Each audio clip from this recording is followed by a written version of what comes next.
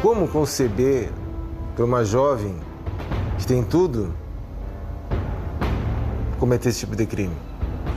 A gente não tem dúvida nenhuma, o objetivo ali era matar, não era lesionar. É cruel, estava dormindo, não tinham defesa nenhuma. O que os colocou no local foi o excesso de cuidado deles para não estarem no local.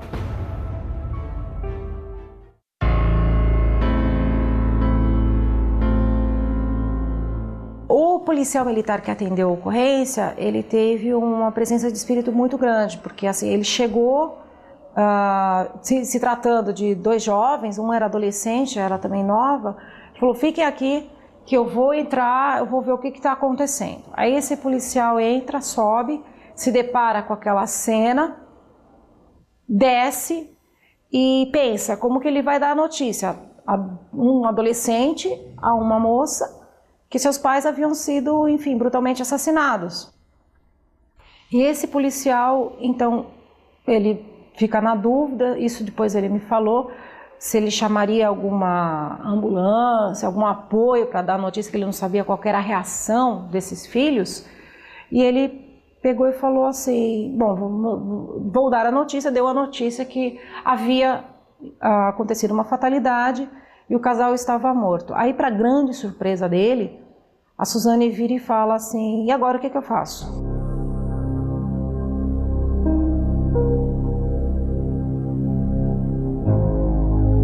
Onde que eu tenho que ir? Quais são as providências? Aí o policial fica assim surpreso com essa reação e de plano já pede uma preservação de local impecável, porque ele já suspeitou de alguma coisa. Nós estávamos no fundão da área do 25DP, que é Parelheiros, bastante longe, e recebemos a notícia que havia um casal morto dentro de casa. Então nós resolvemos, vamos dizer, na volta, já era praticamente final do plantão, vamos atender esse local. E quando nos deparamos na rua Zacarias de Góes, já estava a imprensa, né, postada na frente do imóvel, pela área da residência. E pelo tipo da fachada, consegui prever que seria alguma coisa um pouco atípica. Eu cheguei no local por volta de umas 7h30, eu acreditei que até ao meio-dia estaria solucionado. Aí, com o decorrer dos fatos, acabei saindo de lá então, de 5 horas da tarde. Era de manhã, quando meu telefone tocou, o celular tocou avisando que havia ocorrido um crime de repercussão, que o engenheiro havia sido morto, um engenheiro de renome, uma psiquiatra haviam sido encontrados mortos na área do Campo Belo e que era para eu me deslocar até a base e em seguida ir para o local. Então lá chegando, o que nós observamos assim de plano? Uma casa assim, alto padrão, muros altos, a fachada, a entrada de carro fechada, aí passamos pelo jardim, onde havia a placa "Aqui mora gente feliz" ou uma família feliz, a porta de entrada da casa e a janela do escritório aberta. Entrando nessa residência, exceto o escritório que fica à frente, o restante da casa perfeitamente arrumado. Nesse momento, a gente já foi observando algumas coisas. A notícia que se tinha é que era um latrocínio, um roubo seguido de morte. Ocorre que somente 2 cômodos estavam revirados. Havia carro na garagem. Então, quem estiver ali sabia o que estava fazendo e aonde procurar. quarto do casal estava revirado, havia uma arma no chão, do lado do Manfred. Do lado, na cabeceira da Marisa, havia um criado mudo e tinha uma jarra com um pouco de água e sem copo. Isso já chamou a atenção porque a jarra fazia parte da casa. Quem subiu a jarra sabia onde ela se encontrava e não havia copo. Então a probabilidade da vítima ter subido com a jarra para beber água durante a noite era pequena. E havia uma toalha também, que a vítima, a Marisa, foi colocar uma toalha na boca. Essa toalha também fazia parte do jogo de toalhas da casa, foi retirada do banheiro da suíte. E saco plástico foi também retirado da despensa da casa. Então a pessoa que cometeu o crime, ou as pessoas que cometeram o crime, tinham noção do dia a dia, aonde estavam os objetos, como funcionava a casa. Aí descendo a escada, fomos até a cozinha, a despensa, onde foi realmente constatado que aquele saco plástico era igual aos sacos plásticos utilizados na casa. E um detalhe que chamou a atenção foi a extrema organização, inclusive da despensa. Então foi retirado o saco e deixado o restante em ordem. Então foi uma coisa assim mecânica, quem fez era do ambiente.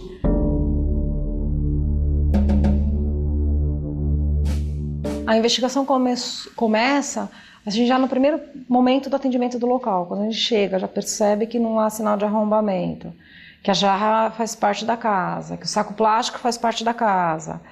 Aí a gente já iniciou. Aí depois, o que nós fizemos? Nós fomos ouvindo todos os vizinhos, frente, lado, fundos, para poder ir descartando a entrada na residência, local do crime, por qualquer outro lugar que não fosse a porta, o portão de entrada, sem sinal de violação.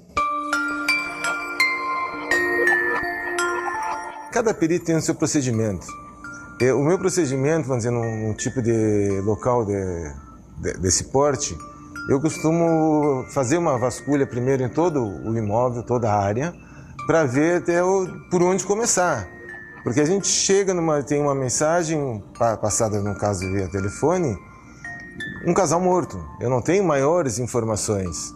Então as outras informações vão sendo levantadas conforme o caso se desenrola. Então, vamos dizer, eu dei uma passeada no pavimento térreo, fui no pavimento superior, dei uma olhada na área externa da edificação, a fim de ter uma noção do que fazer, do que eu iria enfrentar. A porta não havia sido arrombada. Não é um procedimento, alguém que mora numa residência desse tipo e dormir sem que se tranque a porta, né? A Suzane narrou que ela esteve na casa com o Daniel, que ela entrou no interior, que ela foi pegar dinheiro porque eles iam para o motel. Tanto é que o Daniel, quando ele foi solicitado, ele tinha a nota fiscal do motel, que a gente brinca, que era 0001, né? Porque acho que ninguém que vá para o motel vai pedir uma nota fiscal para poder apresentar depois. Olha, eu estive lá. Eles precisavam de 2 pessoas, porque foi planejado golpear as vítimas, as 2 simultaneamente. Se agredir um, o outro fatalmente iria acordar. Quem desferiu o golpe? Quem matou? Será que uma moça teria força suficiente para golpear com aquela violência? Será que havia uma terceira pessoa?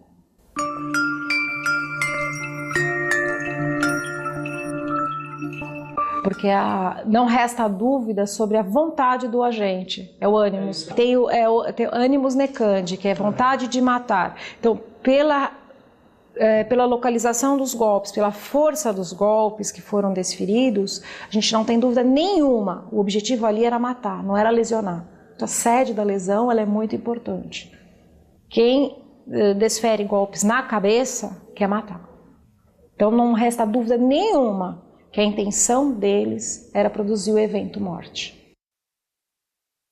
Então, mas embora tenha se perdido a arma do crime, tem N outros elementos que comprovam a participação deles. O local fala. Você precisa entender a língua que ele está falando. Um exemplo do Richthofen. Chega na cômoda, no quarto do casal, algumas gavetas abertas, algumas bijuterias básicas jogadas no chão, tá? O closet, a parte onde tem os sapatos, que tinha um fundo falso do closet, estava aberto. Os quartos todos impecáveis. A casa é tão impecável que parecia que não era habitada. Não tinha nada fora do lugar. A casa inteira. O procedimento de um latrocida, ele tem uma forma de vasculha. Então, isso aí é analisado. Então, sabia já de cara, a pessoa que cometeu esse crime era íntimo da casa. Porque sabia onde procurar, sabia o que estava procurando. O me espalhar algumas joias pela casa, joias baratas que não foram levadas, está me dizendo que a pessoa que fez isso está tentando simular um latrocínio. Se ele tivesse feito a situação, chega com uma arma de fogo, mata os dois deitados na cama e vai embora, ia complicar. O que chamou a atenção foi justamente aquelas atitudes no início. É você voltar lá no dia posterior ao crime, eles estarem na piscina, demorar para atender a porta, dando a aparência de uma comemoração. A falta de sentimento, de demonstrar um sentimento. Nós retornamos ao local do crime, ela entrar no quarto com um cigarro na mão, falando: aqui é o local do crime. Eu já me desfiz da cama, do colchão, porque estava sujo. Como se fosse uma guia de museu. Quando você está numa visita assim, dirigida, monitorada, que eles vão mostrando os pontos turísticos. Então aqui é a despensa da casa, os sacos foram retirados daqui. Eles estiveram no interior do imóvel em determinado horário. Eu dei uma previsão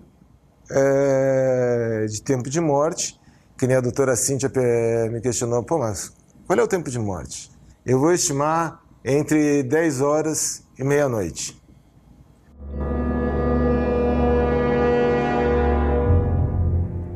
Eles estiveram na casa por volta das 11 horas, das 23 horas. Como é que foi comprovado isso? Vigia da rua. Porque o vigia da rua, a guarita era próxima, e ele estava assistindo um jogo Corinthians e Flamengo. E o único carro que ele viu se movimentando na rua foi o carro dela. Entrando na casa e saindo aproximadamente uma meia hora após. E ele se recordou do horário justamente por conta do horário do jogo, Corinthians e Flamengo. Ele falou que estava terminando o jogo e o jogo terminou por volta das 11 horas. Então, o tempo estimado de morte estava fechando com a posição do vigia. Cada vez que eles mexiam em alguma coisa, tentando desviar a atenção da investigação, da perícia, para mim é mais um elemento que aproximava familiares ou a empregada da cena do crime.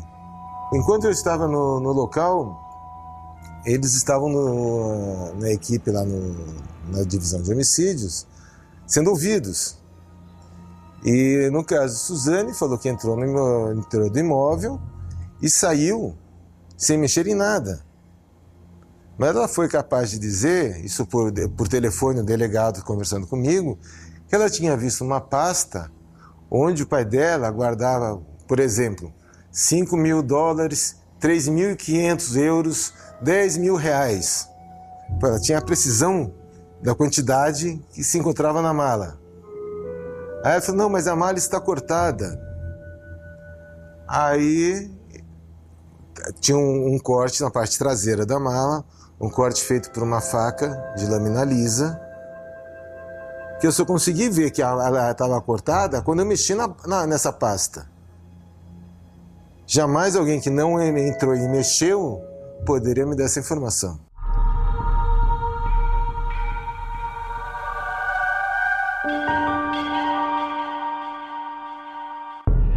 A Suzane e o Daniel, eles foram vindo aqui todos os dias, conforme nós íamos nos deparando com as contradições, eles iam sendo chamados, sempre acompanhados da advogada e do membro do Ministério Público, que foi designado para acompanhar as investigações. Aí o que acontece? Ela falou que a chave, ela esqueceu no carro, que o carro foi para uma oficina, que tinha uma empregada que ameaçava, que tinha um desafeto não sei aonde. Aí o que aconteceu? Nós fomos checando. Chegou uma hora que não podia ser ninguém senão eles. Aí o que aconteceu? Fechou que tinha que ser alguém da família com acesso à casa. Eles não tinham assim amizades que entrassem na casa. A empregada já tinha ido embora, então fechou neles, Suzane e Daniel. Aí o que acontece? São aqueles acasos da vida. O Christian, que até então nós não conhecíamos, vai numa loja de moto, compra uma Suzuki 1100 em dólar. E lá atrás, o que a gente já sabia? Que foram subtraídos dólares e euros no suposto roubo. E o Christian vai à loja e compra a moto com notas de dólar, em nome de um terceiro. Porque ele não podia comprar o nome dele, pede para o amigo emprestar o nome e aparece com essa motocicleta. O lojista, naquela época todos estavam acompanhando assim pela televisão o desenrolar desse caso, deu a notícia para um policial. Olha, tem uma pessoa aqui comprando uma moto em dólar. Aí o Christian vem para cá, era a noite de uma quinta-feira, já estava fazendo, se não me engano, uma semana do fato. E nós estávamos já nos preparando para fazer uma cariação, até então, entre Daniel, Suzane e o pai do Daniel, porque havia umas contradições. E nós estávamos programando essa cariação para ocorrer no dia seguinte pela manhã. Diante da notícia que o Christian havia comprado uma moto em dólares, aí nós mudamos totalmente os planos, falamos, vamos trazer todo mundo agora. Aí eles foram colocados assim para conversar com equipes distintas, né? Fizemos a cariação, Daniel e Suzane sempre mantendo a historinha deles, não fomos no motel, não fomos no motel, não consumimos isso, sempre, não, estavam comemorando o aniversário dela que a gente não ia poder se ver no final de semana, aquela história deles com pequenos pontos de divergência. E o Christian, assim, ele foi interrogado assim, numa primeira entrevista, inquirido por um policial bem experiente que já havia trabalhado aqui nesse departamento. Começa a conversar com o Christian, enquanto isso eu estou numa outra sala, já redigindo o pedido de prisão provisória, tudo porque havia indícios de autoria. Aí ele entra na sala correndo e fala, acabou, ele confessou.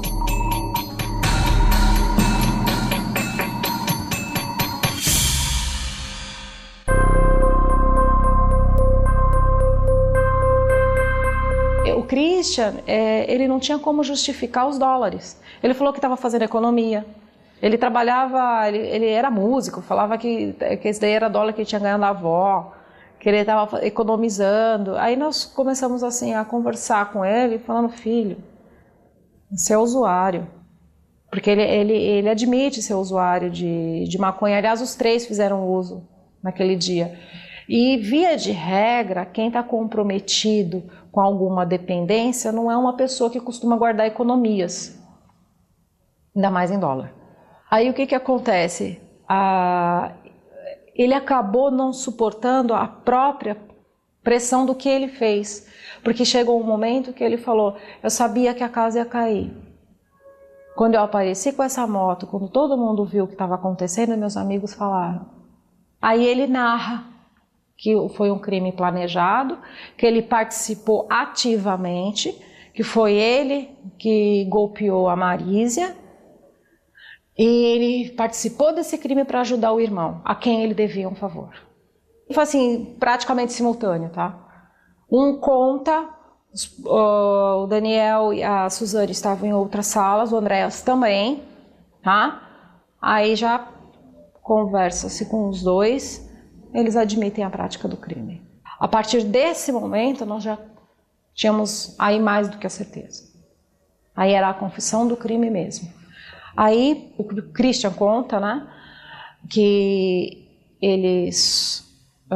o crime foi planejado, eles entraram sim no carro da Suzane, quando o vigia viu. A Suzane subiu a escada, deu o sinal para a ação começar, ele foi para o lado da cama da mãe da Marísia, o irmão foi para o lado do Manfred, golpearam, a Suzane foi buscar a jarra d'água.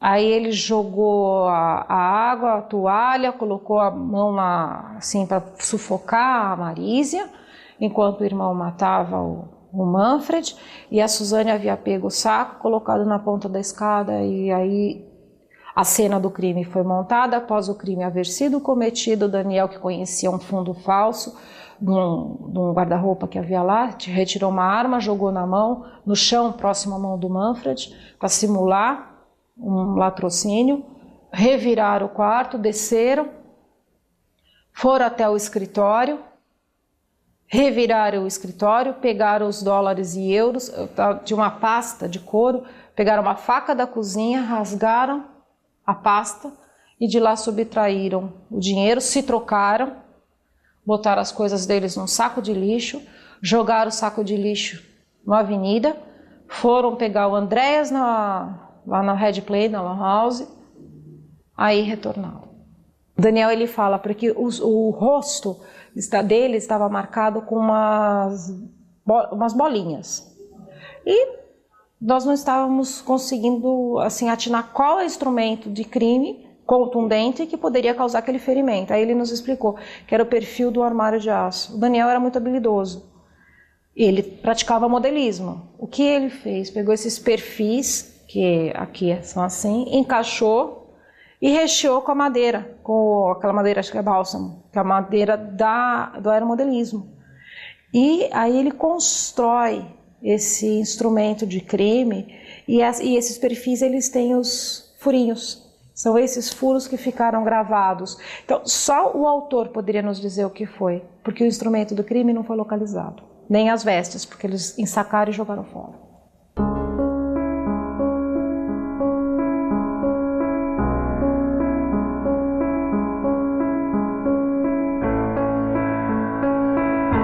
Uma família sem emoção, sem sentimento, que elas não viviam. Não viviam no lado da convivência, do receber carinho, do dar carinho, talvez do ter prazer em estar ali dentro do convívio familiar. Era uma situação onde cada um tinha a sua vida, ela e o Andréas com muitas restrições e seguindo uma linha rígida de um patriarca, onde não era permitido errar. A gente vê, por um lado, eu me lembro quando eu era pequeno, a minha mãe brigava comigo para arrumar o meu armário. Eu não conseguia nunca deixar tudo ajeitadinho, mas era obrigado. Mas sempre lá parecia que tinha medida. Era tudo impecável. É um ambiente que parece, vamos dizer, a casa foi montada como se fosse um estúdio, onde todos os detalhes foram delicadamente tratados, mas ninguém habita ali. Ninguém com emoção. Era uma família muito fechada. Assim, o Manfred trabalhava, a Marísia trabalhava, eles tinham uma vida social, mas mais restrita. E não eram assim, os vizinhos nos contaram que não era uma casa assim que havia muita festa, que faziam uso de churrasqueira, da piscina, nada disso. Eles eram mais fechados, mais reservados. Então era uma família mais reservada. Isso que a gente apurou. Agora, assim, o que acontecia dentro da residência, só eles. Os que se foram e os que ficaram, né?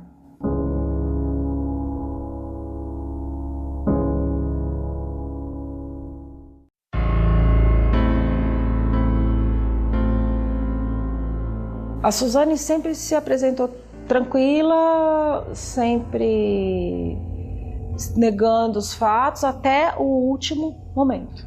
Então isso chamou a atenção, a própria postura dela. O que nós apuramos?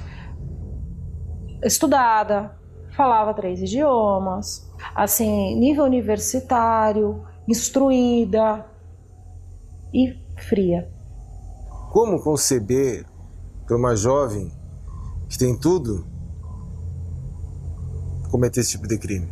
Você tem de um lado a doença mental e tem do outro lado a normalidade mental. Da mesma forma que você tem a noite de um lado e o dia do outro. E entre a noite e o dia, você tem a aurora, que não é nem noite e nem dia. Na loucura é igual. Você tem a loucura de um lado, a normalidade do outro, e entre a loucura e a normalidade, você tem a zona fronteiriça, que é exatamente que a Suzane habita. Ela é uma fronteiriça. Ela não é nem louca e nem normal. Ela é fronteiriça. Um Daniel, de uma certa forma, arrependido, o Christian, um perdido, e uma geladeira. Uma pessoa que não consegue derramar uma lágrima. Ela vai no dia seguinte à piscina e ao mesmo tempo ao enterro dos pais. Ela é absolutamente egocentrada. No dia do julgamento, ela ficou absolutamente impassível em frente do júri, do juiz, das testemunhas, e apenas chorou quando ela soube que ela foi condenada a 40 anos ou 45 anos de pena. Então, quando a coisa pega nela, ela se manifesta. Quer dizer, ali estava sendo julgada a vida dela, estava sendo julgado a morte do pai, da mãe. Então, ela é uma pessoa que não é doente mental, que delira, que alucina, isso ela não é. Mas ela também não é normal. A deformidade dela está justamente no querer, no fazer e nos sentimentos. O Daniel já é assim, ele já é mais simpático, mais caloroso, afetuoso. Então, o que a gente observa é que aí houve uma complementação, mas dava a impressão que a Suzane tinha uma ascendência sobre o Daniel. Isso ficou claro desde o início. Então, este poder de sedução faz com que ela consiga muitas coisas que ela não é capaz de fazer sozinha. Por exemplo, matar os pais é difícil, porque precisa de força. Então, ela urde um determinado tipo de plano para que aquele seu desejo dê certo. O namoro deles foi proibido até por causa da diferença de estudo, de classe social, tudo. Porque o Manfred, ele queria o melhor para a filha. Tanto que ela era uma moça viajada, estudada, e ele planejava que ela fosse concluir os estudos fora do país. E a família do Daniel não representava isso. Embora lá ela tivesse o afeto que talvez ela não encontrasse na casa dela. O Christian sabia que ia acontecer, que ele ia acabar preso por causa da repercussão. O Christian, assim, ele é mais, dos 3, se é que pode falar, é o mais inocente. Tanto que é o primeiro, inclusive, que fala que o que aconteceu, porque ele já sabia que eles iam ser pegos.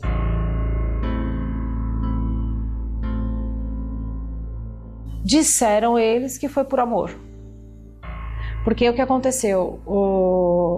Um tempo antes, o Manfred e a Marísia viajaram. Ficaram dias fora, um mês fora. E o Daniel se mudou para lá. Aí eles viveram uma lua de mel antecipada. E como o Manfred não estava mais apoiando o namoro dos dois, inclusive tinha planos de mandar a Suzane estudar fora do país, eles começaram a tramar isso. Essas pessoas fronteiriças, elas parecem brilhantes em determinadas coisas, mas são absolutamente limitadas em outras. Tanto é que o plano que ela fez é um plano absolutamente pueril, daquela forma como ela faz, não é? Porque tudo foi uma simulação, porque eles mesmos depois vão nos dizer, após a confissão, que eles se prepararam assistindo um programa de televisão. Ela leva meias de nylon para não ter pelos. Usam luvas para não deixar impressões digitais, né? Isso aí tudo me leva assim, alguém que via CSI.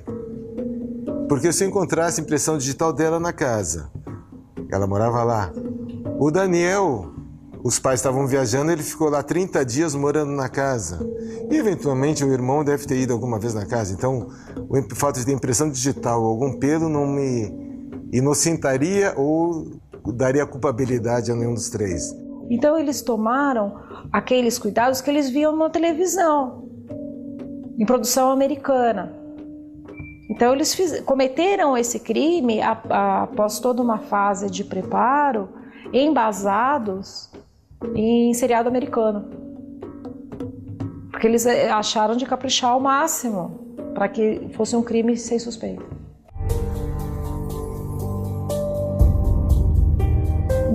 Fazendo pesquisas, nós percebemos que alguns autores de homicídio agem numa data próxima a algum significado. Parricídios não é matar pai, vem de parere. Parricídio vem de parere, de parir, ou seja, de ascendentes.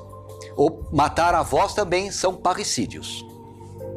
Os parricídios, eles costumam com frequência acontecer perto de datas festivas ou datas importantes para o assassino, para o parricida. E nós temos o aniversário dela no dia 3 de novembro e um crime no dia 30 de outubro, de 30 para 31 de outubro.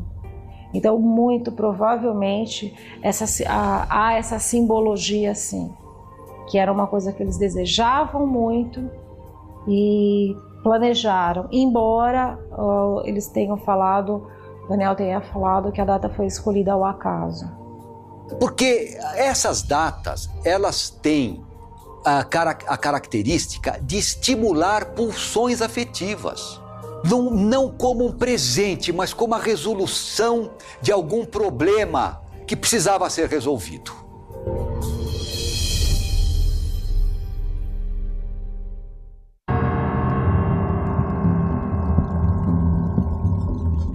Suzane sai, ela chega em casa um pouco mais cedo, para rodízio, vai à casa do Daniel, volta para casa, se não me engano ela janta, aí ela sai novamente para encontrar o Daniel, ele volta porque ela tem que buscar o Andréas.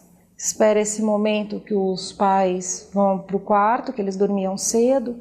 Aí deixam o Andréas na lan house, pegam o Christian, retornam, que é o momento que o vigia vê, entram na casa.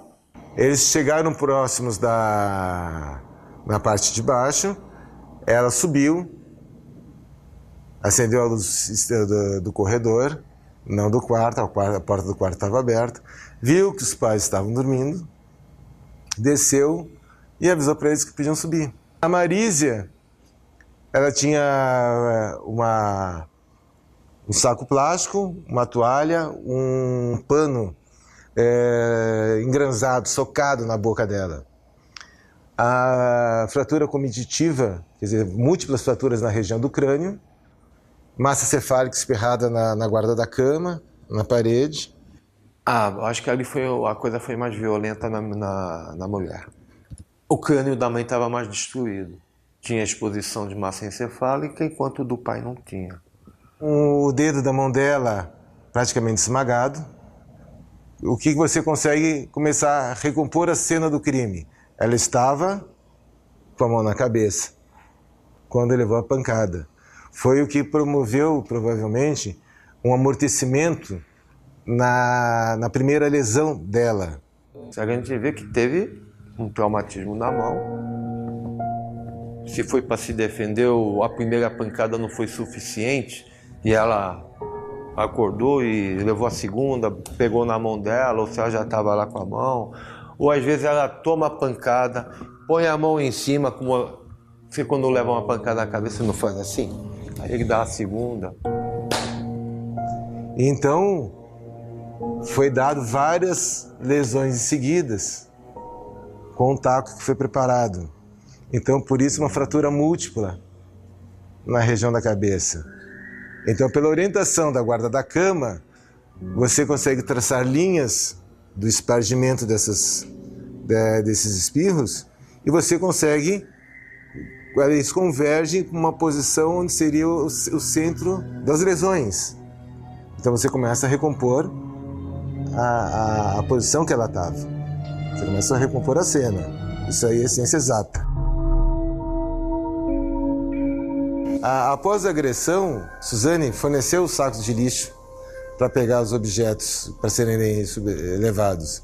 Nesse momento, provavelmente o Christian acaba colocando, socando um tecido na boca da Marísia, porque ela fazia esses sons para tentar acessar isso. A asfixia teve um componente, foi um componente acessório, digamos assim. Mas a causa básica, que era incompatível com a vida, o traumatismo crânioencefálico. Devido à forte pancada, a pessoa praticamente entra num coma. Num coma existe o relaxamento da língua e a pessoa ainda tem algumas formas de respiro. Com a língua relaxada, é como se a pessoa começasse a roncar. E isso aí você pode, mas não morrem, entende? Mas já estariam em coma devido às lesões. E custaram alguns minutos, ou sei lá, algum tempo, até realmente a parada do coração, dos órgãos vitais. Então houve esse som. É um som, você imaginar você num silêncio, que acabou de espancar duas pessoas, elas continuam emitindo o som, acho que deve ser uma cena aterrorizante. Do Manfred, o que aconteceu? Depois, vendo com o laudo do IML, ele tinha uma costela quebrada e a fratura do crânio era para trás. Então, consequentemente, ele estava deitado de lado, quando ele levou uma pancada na cabeça. Ele levou uma pancada muito forte na costela, que quebrou a costela, que foi dada depois pelo IML. Veja, às vezes acertar na cabeça é difícil, né? Na hora da adrenalina, você dá uma, duas, ou às vezes você acerta no travesseiro, no ombro, ou às vezes você pega no... Ele deve ter se mexido e você pega onde a área é maior para você acertar. E ele estava com o braço voltado para cima da cama, que é o sangue da Marísia que espirrou no braço dele. Então você consegue remontar toda a cena de como eles estavam deitados na cama. Ele, lateral esquerdo, voltado para a parte central da cama, ela deitada com a mão praticamente sobre a cabeça. Então você recompôs a cena que os dois estavam. A gente percebe que não foi os dois lados do rosto dos cadáveres que foram acometidos. Foi o lado direito dela e o lado direito dele. Provavelmente os dois estavam deitados em decúbito lateral, olhando para o mesmo lado, um atrás do outro. Tiveram chance de defesa? Não. Porque qualquer chance de defesa, ele se movimentaria e não seria atingido na parte posterior do crânio. Ela, numa chance de defesa, ela não ficaria com a mão parada sobre a cabeça. Ela ia atirar para tentar se defender alguma coisa. Então eles foram pegos completamente de surpresa. É cruel. Estava dormindo, não tinham defesa nenhuma. Já é cruel para mim. Vítimas indefesas. Aí eles saem, fazem a bagunça no escritório, pega a pasta, que ela tinha ciência que o pai dela guardava, vamos dizer, uma reserva para algumas emergências. Então ele teria reais, euro e dólares numa pasta, que foi cortada. Aí eles trocam de roupa, lavam os bastões na piscina e saem da casa. Saem novamente, deixam o Christian num ponto, vão para o motel, saem do motel, pegam de novo o Andreas, levam o Andreas para a volta de ciclomotor e voltam para casa e acionam a polícia. É isso que eles fazem.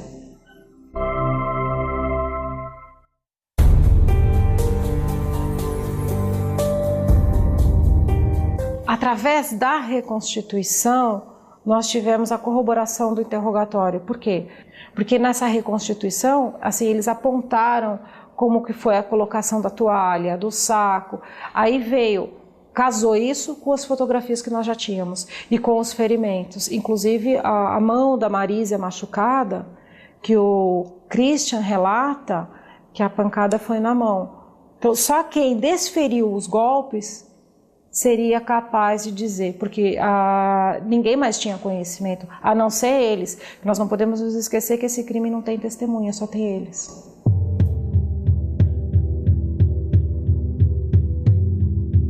Quando nós vamos fazendo descarte, a gente tem que ver quem tem motivo para matar tal pessoa. Eles não tinham dívidas, eles não sofriam ameaça.